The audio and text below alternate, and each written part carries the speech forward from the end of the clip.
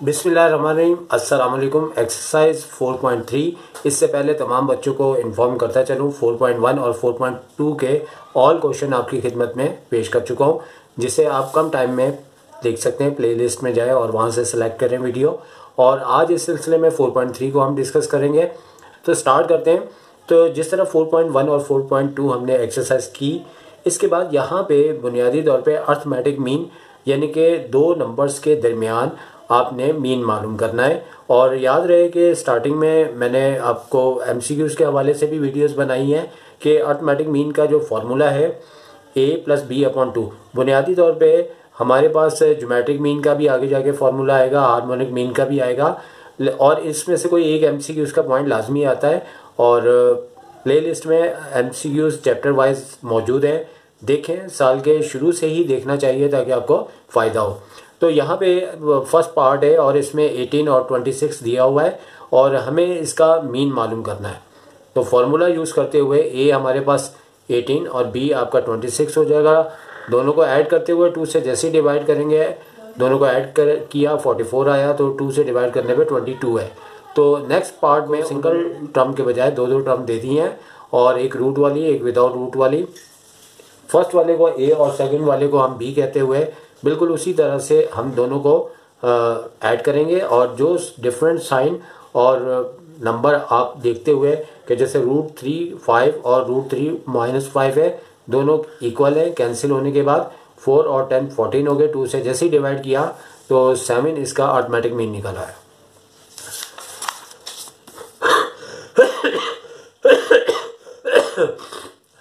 अब इस सिलसिले में इसका थर्ड पार्ट है, और थर्ड पार्ट में भी आपको उसी तरह से दो टर्म्स दी हुई हैं, मतलब कि टर्म भी दो है और फर्स्ट टर्म में 2 टर्म और सेकंड टर्म में भी 2 टर्म में इसका मीन निकालना है।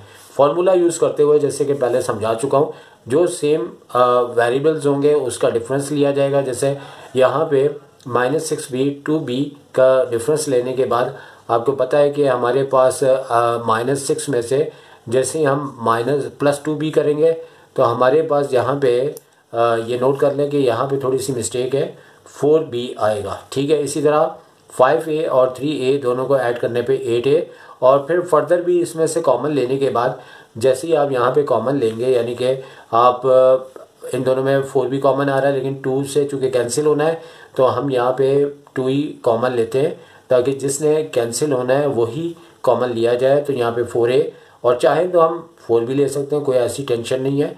2b और नीचे वाले 2 से 2 कैंसिल होने के बाद आपका जो आंसर है वो फाइनली 4a प्लस का माइनस का 2b आपका करेक्ट आंसर हो जाएगा। ठीक है। तो नोट कर लें, उसका माइनस का हो जाएगा और 2 से 2 कैंसिल कर दिया। इसी तरह नंबर 4 भी आप देख सकते हैं, बिल्कुल वही है। स्क्रीनशॉट ले लें, आप इसको देख लें।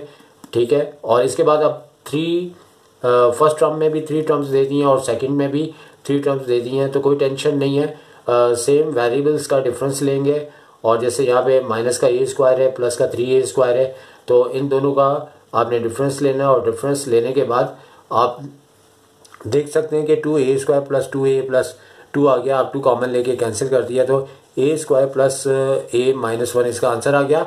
तो एक जैसे ही क्वेश्चन है, जैसे यहाँ पे आपको दिखाई दे रहा होगा, थोड़ा सा मिस प्रिंटिंग है, तो आप अब आसानी कर सकते हैं, कोई ऐसा इशू नहीं है। क्वेश्चन नंबर 2 में अब सिलसिला चेंज हो जाता है और ये क्वेश्चन थोड़े बहुत आने के चांसेस हैं, जबकि इससे ऊपर वाले एमसीक्यूज़ के लिहाज से इंपॉर्टेंट थे। यहाँ पे अब सिलसिला ये होगा कि आपको जैसे 3 और 11 दो नंबर्स दिए गए हैं और इसमें एक से ज़ायद आपको अर्थमेटिक मीन निकालने होंगे। जैसे कि यहाँ 3 बोला है, तो सबसे पहले हमने यहाँ पे लेट करना है कि 3 आपने नंबर्स लेने हैं, a1 a2 and a3 between 3 and 11, यानी कि ये 3 अर्थमेटिक मीन है। और स्टार्टिंग में 3 और 11 एंड में लिखते हुए सेंटर में मीन्स आ जाएंगे।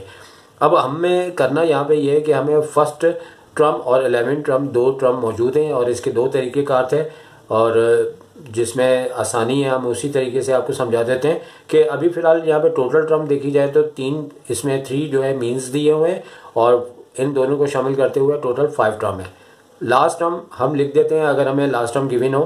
अब फार्मूला यूज़ करते हुए हमने an को l कहते हुए a हमारे पास फर्स्ट टर्म है जो कि 3 होगी, और n-1 और ब्रैकेट के बाद d है। तो n जो है वो टोटल 5 टर्म्स है। साइड पे सारी इन्फॉर्मेशन हमने लिख देनी है, और l11 a3 एन जो है वो 5 है, फॉर्मूले में रख के हमें डी मालूम करना है। तो डी हमारे पास जो है वो हमारे पास 2 आ चुका है और डिफरेंस लेने के बाद अब टेंशन नहीं है, A1 A2 A3 बासानी निकाले जा सकते हैं। तो बिल्कुल इसी तरह से A2 1 3 आप फाइंड आउट कर लेंगे और इसके बाद आप इसका आंसर बता देंगे। फिर क्वेश्चन नंबर 3 में भी आपने 4 अर्थमेटिक मीन फाइंड आउट करना है। वैसे ही क्वेश्चन है, सिर्फ ये कि रूट के अंदर दोनों क्वेश्चन दिए गए हैं और तरीकाकार वही है और हमें डी मालूम किया है जो कि √2 आ रहा है और फिर A1 A2 A3 A4 according to the values हम इसकी वैल्यू रखने के बाद अपने आंसर्स को निकाल लेंगे। और इसके बाद क्वेश्चन नंबर 4 दिया हुआ है, इसमें 5 अर्थमेटिक मीन बिटवीन, इसमें भी आपको रूट के अंदर दिया गया है। तो बुनियादी तौर पर रूट के अंदर आपको थोड़ी सी दिक्कत सी महसूस होती है, लेकिन ऐसा कोई इशू नहीं है। लेकिन यहाँ पे 5 अर्थमेटिक मीन दिए हैं जो कि काफ़ी ज़्यादा है और आपने A1 A2 से लेते हुए A5 तक आपने सपोज करना है और टोटल आपके पास 7 टर्म्स हो जाएंगी जैसे कि यहाँ पे मैं मेंशन कर रहा हूँ। और आपके पास ए और लास्ट यानी फर्स्ट टर्म और लास्ट टर्म आपको गिवन है और यहाँ पे भी डी हमने फाइंड आउट किया है। आप स्टिल करके देख सकते हैं कि आप नॉर्मली जो है फर्स्ट ईयर का मैथ के लिए आपका बेस काफ़ी अच्छा होना चाहिए, होगा तो ये चीज़ें समझ में आएंगी। और जिसका मैथ्स अच्छा नहीं है उसे अगर करते हुए भी समझाया जाए तो मेरा ख्याल है कि उसे इतना मुनासिब समझ में नहीं आएगा। और हर वो बच्चा जो कि अच्छा समझना चाहता है तो वो शॉर्ट टाइम में उसके लिए बेस्ट टेक्निक है कि उसे करके स्टेप्स दिखाए जाएं और वो खुद ही ट्राई करे और उसका अगर आंसर मैच नहीं हो रहा तो वो मैच करे, अपनी मिस्टेक्स निकाले। और यहाँ पे D√5 आ चुका है और इससे पहले भी जैसे हुआ A1 A2 A5 तक तमाम वैल्यूज हमने निकाल के आपकी खिदमत में पेश कर दी गई है। अब इसके बाद नंबर 5 है और वो भी बिल्कुल वही है, सिर्फ क्या है कि अर्थमेटिक मीन की तादाद बढ़ती जा रही है। अब 6 दे दिया है और आप पूरा प्रोसेस देख सकते हैं। अब मुझे आपको एक्सप्लेन करने की कोई ज़रूरत नहीं है, आप इसका स्क्रीनशॉट लें या स्टिल करके जब चाहे आप देख सकते हैं और एक से ज़्यादा टीचर भी आपको मिल सकते हैं। आप जिसे लाइक करें, जिसका तरीका अच्छा लगे वो आपकी अपनी चॉइस है। अच्छा, अब इसके बाद क्वेश्चन नंबर 6 है जिसके अंदर थोड़ी सी तब्दीली दी गई है जो इस बुक में पहले नहीं था। इसमें 5 और 8 जो है वो दो आपको 2 जो है अर्थमेटिक मीन दे दिए हैं जो कि C और D, जबकि पहले अर्थमेटिक मीन फाइंड आउट करने का कहा जा रहा था और यही इसमें तब्दीली है। अच्छा है क्वेश्चन।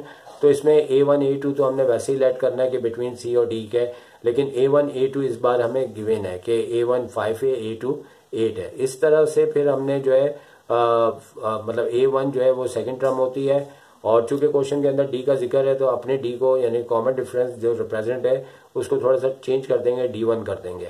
और A जो है वो आपकी फर्स्ट टर्म है जैसे कि यहाँ पे दी हुई है। तो C रखते हुए हमें C की इक्वेशन बना लेनी है दोनों के अंदर ताकि D1 यानी कि कॉमन डिफरेंस आ सके और D1 की भी बना सकते थे लेकिन इस तरह मुनासिब नहीं है क्योंकि हमें C तो ऑलरेडी गिवन है, हमें फाइंड आउट करना है, लेकिन D की वैल्यू बनाना मुनासिब नहीं है क्योंकि C की वैल्यू हमारे पास आनी चाहिए। इसी वजह से हमने C की बनाई और सेकंड मीन जो हमें 8 दिया है यहाँ पे भी फर्स्ट टर्म में C रखते हुए 2D1 और C की जैसे हमने इक्वेशन बनाई तो 1 और 2 को आपस में कंपेयर करते हुए D1 जो है 3 आ चुका है। फिर C चुके हमारे पास क्या होता है कि फर्स्ट टर्म होती है जो कि फर्स्ट मीन से एक डिफरेंस लेस करते हुए यानी पीछे आना होता है क्योंकि ये सेकंड टर्म होती है। फर्स्ट टर्म पे आने के लिए हम अगर फर्स्ट मीन में से कॉमन डिफरेंस को लेस कर देंगे तो हमारे पास C आ जाएगा। तो 5 में से हमने 3 लेस किया तो 2 आ चुका है। इसी तरह जो D है वो आपका सेकंड मीन से एक डिफरेंस आगे होता है यानी ये नंबर 3 है तो नंबर 4 है तो इसमें D1 ऐड करेंगे यानी कि A2 आपको 8 दिया है, 3 ऐड किया तो 11 होता है हुए। ये दोनों आंसर आ चुके हैं, C2 है और D जो है वो 11 है। ठीक है, और इन तमाम नंबर्स के अंदर डिफरेंस भी सेम आ रहा है जो इस बात की श्योरिटी है कि आपका आंसर बिल्कुल ठीक है। नंबर 7 आपके सामने आया है। याद रखें कि इस क्वेश्चन का बहुत इंपॉर्टेंट है आने का क्योंकि ये AP GP HP तीनों में है, लेकिन नई बुक में इन्होंने थोड़ी सी वैल्यूज में n+5 अपॉन a⁻n+4 लिखा जबकि पहले n+1 थी और नीचे n था। तो बात वही है और तरीकाकार भी वही है लेकिन कोई इतना इफेक्ट नहीं पड़ता इस तब्दीली से। लेकिन ये बात याद रखी जाए कि यहाँ n जो है नंबर ऑफ टर्म्स नहीं है। अक्सर बच्चे इस जगह मिस्टेक कर सकते हैं कि n शायद नंबर ऑफ टर्म है लेकिन यहाँ पे चूंकि नंबर ऑफ टर्म जो n है वो कभी भी नेगेटिव पॉइंट में, नेगेटिव या पॉइंट में नहीं आती, बल्कि नेचुरल नंबर्स में आती है। तो इस लिहाज से ये याद रखा जाए कि n यहाँ एज अ वेरिएबल है और इसे मीन कहा जा रहा है। तो हमने करना क्या है कि ए और बी के दरमियान, यानी कि ये आपको मीन दिया हुआ है, फॉर्मूला यूज करते हुए अरिथमेटिक मीन की जगह इसकी वैल्यू, और यहाँ पे a प्लस बी अपॉन 2 है। अगर a और b को तब्दील करेंगे तो यहाँ पे भी तब्दीली आ जाएगी। फिर क्रॉस मल्टीप्लाई करेंगे, 2 जो है इन दोनों से मल्टीप्लाई होगा, और ये दोनों ब्रैकेट जिस तरह के छोटी क्लासेस में a को इन दोनों से मल्टीप्लाई करेंगे तो बेसिक सेम पावर ऐड होती जाएगी। फिर हमने क्या करना है कि यहाँ पे जैसे इसकी क्वांटिटी 2 है तो यहाँ पे 1 है, तो एक यहाँ से कैंसिल हो जाएगा। अगर एक इक्वल टू के इधर है एक उस साइड है तो कटिंग हो सकती है, क्योंकि उधर जाके इसकी साइन अपोजिट हो जाएगी। इसी तरह से ये वाला भी 2 से ये कैंसिल हो रहा है।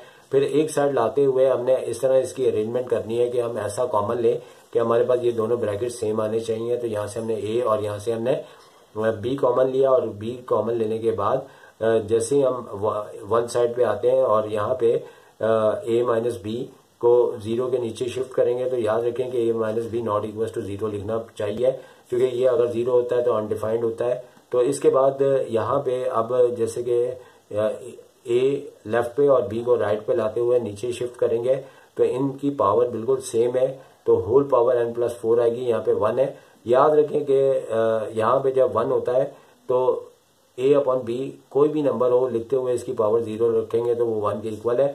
इस तरह ये दोनों कैंसिल हो जाएंगे, तो n प्लस 4 इक्वल टू 0 के इक्वल आते हुए n की वैल्यू प्लस 4 इधर आके माइनस 4 हो जाएगी।